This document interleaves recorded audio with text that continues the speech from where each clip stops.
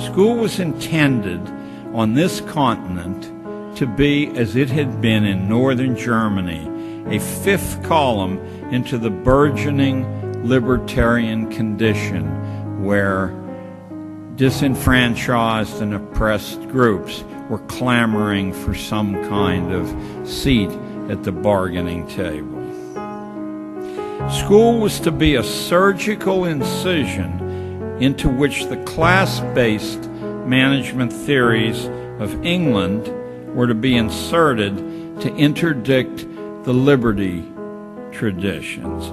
England's multi-layered social class is simply a modern-day representation of Julius Caesar's advice that when you're overwhelmed by the enemy, you divide them and conquer them that way by setting them against each other.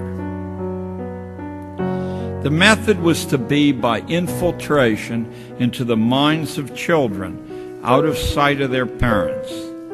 The well-read here won't be shocked. Theorists from Plato to Rousseau to Frederick of Prussia knew and taught explicitly that if children could be kept childish beyond its term in nature, if they could be cloistered in a society of children without any real responsibility except obedience, if their inner lives could be attenuated by removing the insights of history, literature, philosophy, economics, religion, if the imminence of death and the certainty of pain and loss can be removed from daily consciousness, if the profound reflections on one's own death could be replaced with the trivializing emotions of greed, envy, jealousy, and fear, young people would grow older, but they would never grow up, and a great enduring problem of supervision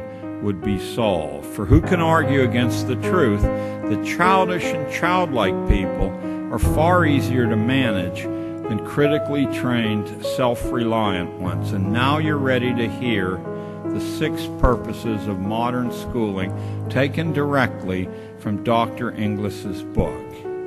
The first function of schooling is adjustive. Schools are to establish fixed habits of reaction to authority. That's fixed habits of reaction. Notice that this precludes critical judgment completely. Notice, too, that requiring obedience to stupid orders is a much better test of function 1 than following sensible orders ever could be. You don't know whether people are reflexively obedient unless they'll march right off the cliff. Second is the diagnostic function. School is to determine each student's proper social role, logging the evidence mathematically and anecdotally on cumulative records. You probably thought that the kid or parents or neighbors or the region, circumstances. No, school is to determine your proper social role, and they're to fix you in that role mathematically on their cumulative records. Next comes the sorting function. School sorts children by training individuals only so far as their likely destination in the social machine, not one step beyond. Keep in mind, you're not listening to John Gatto. You're listening to the man for whom the honor lecture in education at Harvard is named. The fourth function is conformity. As much as possible, kids are to be made alike. Whatever the background they come from, they're to be made alike. This is not done from any passion for egalitarian ideals, but so that their future behavior will be mathematically predictable in service to market research and government research. Next comes the hygienic function. This one's my favorite. This has nothing to do with individual health, but it has a lot to do with the health of the race, at least as Inglis or Darwin or his first cousin Galton saw it.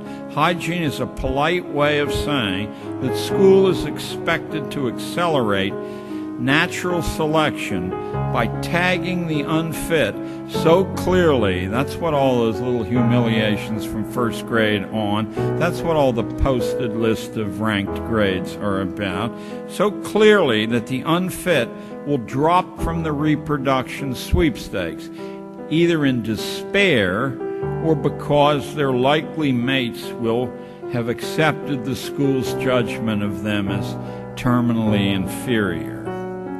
And last comes a fancy Latin word, the propaedeutic function. That's a fancy word meaning that a small fraction of lucky kids will quietly be taught how to take over management of this continuing project.